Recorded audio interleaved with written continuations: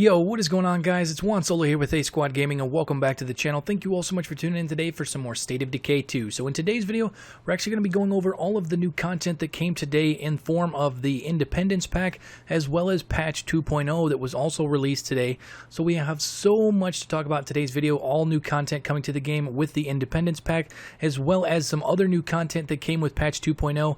Lots of changes and all sorts of cool things to go over in today's video. So real quick, the gameplay you're actually going to be watching in the background is me going around and actually collecting my supply drops, my Independence Pack supply drops. And I was going to kind of pop up some of the patch notes on the screen here, guys, but I'm going to read all of the key notes off to you guys, and then I will also link down in the description the patch notes for you guys can go to check them out for yourselves. But I want you guys to be able to at least watch the gameplay going on in the background and not cover it up with a bunch of, text and stuff on the game and whatnot. But first things first, let's talk about all the new things that came to the game today in form of the Independence Pack. So first things first, we have 3 new vehicles. So those 3 new vehicles are the Pyro Hawk, which is a hatchback that shoots off fireworks. So when you push the horn button, it shoots off fireworks in all sides of the vehicle. So if there's any zombies kind of hanging off the side of your doors and whatnot, it will kill those zombies. But the thing is every time you activate this thing with your horn, it's going to burn a section of your fuel. So it doesn't come without a cost. Next, we have the Burninator, which is a truck with side-mounted flamethrowers. Same concept. It basically shoots these giant flamethrowers off both sides of the truck, which you guys will see that here later in the video. And personally, this is probably my favorite vehicle that came in the DLC because it's a very fast truck. It has a 6 inventory slot in the back, and overall it's a pretty cool truck. If you get too many zombies or you get a feral or something on the side of your truck, you just pop on the flamethrowers and it'll kill the zombies on the sides, or at least knock them off for that matter. And then we have the Meat Wagon, which is a cargo van that drops delicious red meat. So what I noticed, and you guys will see this later in the video, that when you honk the horn, it drops a big thing of meat out of the back door, and it kind of keeps the zombies busy with that piece of meat. So the zombies no longer actually come after you, which is going to be pretty cool, especially if you get a giant horde of zombies. If you are kind of through a playthrough a little ways and you get big hordes of zombies and stuff, you can just kind of honk the horn and it drops out a big piece of meat on the ground, and it kind of deters the zombies for a little bit. So it's pretty cool. And then also we have the Barbecue Fork, which is a close combat weapon, which you guys will see here in a sec. I'm just kind of organizing my inventory here because I didn't realize my truck was full. It's a close quarters combat weapon, so you're not stuck with the screwdriver. For those of you guys out there that actually have not found any new close quarters weapons and stuff. And then we have the Freedom Ringer, which is a mighty baseball bat that kind of has a red, white, and blue theme here. And you guys will see a bunch of stuff that I drop on the ground here in ammo and whatnot. And I did go back and pick that up later, just so you guys are aware, so none of you guys down there in the comment section saying, oh my god, you left all that stuff back there. I went back and picked it up later, so I promise you. So then also we have the Grillmeister, which is actually a razor-edged grill spatula, which is kind of like a primary melee weapon, which you guys can see right there. And overall, those are the melee weapons that we got. Also with that, we get the Pyro Launcher, which is basically a rapid-fire Roman candle. So I didn't actually use any of the weapons in this game. I don't want to spoil that for you guys. For those of you that want to go check them out, you guys can go check them out for yourselves and stuff. And then we have the Starshank Launcher, which fires explosive spikes that lodge in the target. So basically it sticks into the target, which is pretty cool. And then also we have the Block Rocker, Rain of Fire, Bouncing Boris, and XL Fireworks Shell offer even more incendiary options, as well as the Fireworks Crafting Station Facility mod that you can actually go in and start crafting all these different fireworks and stuff. So that's actually a facility mod that you can find in the game. I believe it actually comes in one of the supply drops that you open that you get for free for the Independence Pack. So those are all of the new things that actually came with the Independence Pack. So now let's jump into some of the new content that came in form of the Patch 2.0 that also was released earlier this morning. So we have the Revolutionary War Zombie, which is just physically a different zombie. He has a different look to him, and he looks like a Revolutionary War soldier. So you guys will definitely see him. If you come across him, he will stand out from all the other zombies in the game. As well as we have 20 new missions added to the game with Patch 2.0, including 10 ambient missions, which can occur as players explore the map. You'll just randomly run across these missions, as well as 7 Enclave missions that expand the stories that can be told about your neighboring groups, as well as 3 community missions that offer new options for your group to solve crucial problems. So we get 20 new missions with Patch 2.0, and also we get a bunch of new Red Talon and Network weapons that are added to the game, including the Danforth Slugger, which is a lead-filled baseball bat. So you just have another themed baseball bat, which is probably going to be very high durability. And then we also have the Trumball Gatekeeper, which is a lovingly improved Model 70. So it's another variation of the Model 70 rifle. And then we have the RTX Extermination Blade, which is a military-grade zombies fighting blade. So this is going to go in your close quarters combat slot. Juggernaut. Also, we have the RTX Cyclone, which is a fully automatic 12-gauge pistol. Yes, I did say that correct. It is a fully automatic 12-gauge pistol, which is definitely going to be very unique. It's going to be taking down zombies. You know, we get a bunch of zombies all up close. This thing is going to wreck. And then next we have the RTX Rampart, which is a Vulture 44 Magnum that has a automatic fire, and it's able to stop a charging Juggernaut. So I don't know if you just put this thing in full auto mode and you can shoot the Juggernaut and it'll knock him down. I doubt it would kill him, because that would be, I would almost say, a little overpowered. But that is all for the new weapons. But then also we have previous Red Talon weapons that have been rebranded as RTX and given new coats of paint. So they're going to look a little bit different. And moving forward, all of the Red Talon weapons are going to be classified as a RTX something, whether that be the new weapons or the old weapons. So the SOCOM 2 RT is now the RTX Horde Breaker. It is no longer the SOCOM 2 RT. And then we have the Scar H RT is now the RTX Stormbringer, as well as the Vector Ultra Compact RT is now the RTX Piranha. So those three weapons got rebranded, and they also have a little bit different visuals. I didn't actually check those out in the video. I own two of those weapons. I do not actually have the Vector, but make sure to check out those weapons if you have them, guys. They do have a different name, and they will look slightly different. And then also we have a new rare books trader that can appear every few days in the game, which the following new skill books are going to be able to be acquired from this trader for the low price of 1,500 influence, which is not it's not a low price. That's Undead Labs trolling a little bit there. But we have the 4 new skills that you can actually learn from this trader. You can get the driving skill book, as well as the Lycanology, the fishing, and the Scrum Master skills you can now learn in game if you have this rare books trader that appears on the map. Like I said, every few days it's going to be a lot more random than some of the other traders and stuff.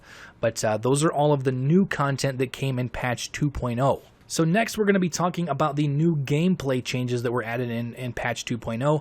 So they added a new jog animation for human characters, as well as they polished the walk to run and run to walk transition animations, which I didn't really notice anything too crazy. I don't know if those of you guys out there that were complaining about the run animations and stuff, if you guys can see my character doing anything different than normal in the video, that's because that is one of the new changes with the patch 2.0.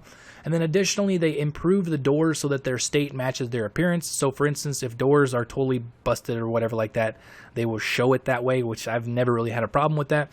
And then they also added a confirm option before euthanizing a community member. So this personally never happened to me, but I did have a buddy that was just kind of screwing around with this feature and accidentally executed his leader. And now they added a confirm option, so you will actually have a couple different phases of whether or not you're going to actually, euthanize that other community member. So you can't really do it by accident. And then also they added additional improvements to the mounting of ladders, including better interaction when player is strafing and interaction from the tops of ladders. For all of those guys out there, all you guys that have been having problems with ladders, I know a couple of subscribers that you guys mentioned down in the comment section of a few of my videos said that, you had a character that fell off a ladder that almost died, and then there was a couple of you that said you lost a character because it glitched off the top of a ladder and you fell to your death. The ladders have been improved with all of these changes in the patch 2.0, so you guys should not have that problem anymore. As well as there was a couple new modifications to the Juggernaut. So the ground slam collision volume of the Juggernaut has been reduced by roughly 25%, so it's not going to be as loud. And then also they added a half-second cooldown to the Jugger's initiation of its finishing move. So it's going to take a half a second longer, which that's not really too much of a difference, but it is there, it is noticeable. And then also we have the players can start a finishing move earlier in a Juggernaut stagger animation. So you no longer have to wait until he's like all the way down on his knees. If you can see him start to stagger, you will instantly be able to go for the execution move right then and there. So it's going to make it so you can attack him a lot quicker, I guess you could say, than not having to wait till he's all the way down on the ground. And then also we have some new weapon changes to the existing weapons in the game. So real quick before I get into them, guys, I'm just throwing this out there. All 3 of the 50 cal snipers in State of Decay 2 all got really, really big nerfs. They are no longer, they're definitely going to be the most sought after weapons in the game, but they're not quite quite as powerful. So these are the changes that have actually been instituted with the weapons of State of Decay 2. So the B50FG weight has been increased to 28.5 pounds, which is up from the original 12 pounds. So they more than doubled the weight of this weapon. So it's going to make it so depending on what you're carrying, you're definitely going to become encumbered much quicker because it weighs more than 2 times the original amount. As well as they made the magazine now hold only 5 rounds instead of the original 12. So they more than cut the magazine of the B50FG in half. It only has 5 rounds now, unlike it did before, which was 12. And then we have the Model 9950 50 cal, which the magazine now only holds 3 rounds. So it was the original was 5, now it only has 3 rounds. And then also the M9950 Timberwolf magazine now only holds 4 rounds, which is down from the original 7-round magazine that it had. And with that being said, they were basically nerfing the 50 cal snipers across the board, mostly because of the Plague Hearts. So now with that, a 50 cal weapon can no longer take down a Plague Heart without at least 1 reload. That's kind of what they were aiming for. Or other tools being brought to bear against it. Without using other tools, it now takes 6 shots from a 50 cal sniper to take down a Plague Heart, up from the original 3. So originally it only took 3 shots from a 50 cal sniper to take down a Plague Heart. Now it takes 6 shots, and currently with the new adjustments to the 50 cal rifles, there is no 50 cal rifle that holds 6 rounds. So you're going to have to do at least 1 reload if you are exclusively using the 50 cal weapon to take down a Plague Heart. And then also with other changes, we have drum mag weapons, which erroneously, that is the word that they used, a very unique word, which erroneously had no additional weight for their drum magazines. But they've had their weight increased. So the SOCOM 2 and the RTX Hordebreaker, as well as the Operators M4A1, the DevGru X12 Infiltrator, and the RTX Stormbringer all have increased weight to match the fact that they have a drum mag on it, because before they added the drum mag and it didn't increase the weight. They adjusted that, so now those weapons are going to weigh at least a little bit more because they do have the additional drum mag instead of the regular magazine. And then also sniper towers now count as watchtowers for morale purposes. I never really noticed anything because I don't have too many sniper towers. I usually just try to keep on top of things with zombies and stuff without having too many sniper towers, but they made it so that the morale purposes, it acts as a watchtower as well. And then they also changed the weight of several luxury items so that their weight better matches their quality of their manufacturing. So for instance, you have a bottle of liquor or whatever, one of those items that has a very high trade value is going to obviously weigh more than the box of tampons, which is also a very sought after, royalty, I guess you could say, item in the game with a high trade value. Obviously, they kind of balanced out what those items are and how much they weigh, which overall is a pretty good thing. But for the most part, guys, those are the majority of the changes. But before I go, I do have a few more changes that are very big that people have been asking for since the game launched. So the first one that I'm throwing out there, guys, the Magnum Ammo Press Facility mod now correctly produces 357 and 44 ammo, which was that there was a bug connecting the press to the 50 and 40 millimeter ammo. So now, if you guys have the Magnum Ammo Press, it does work correctly. So that's definitely a big one that people have been asking for since day one. They also changed the Prepper's 1022, which now has a weight of 7 pounds. I don't know what the original weight of that weapon was.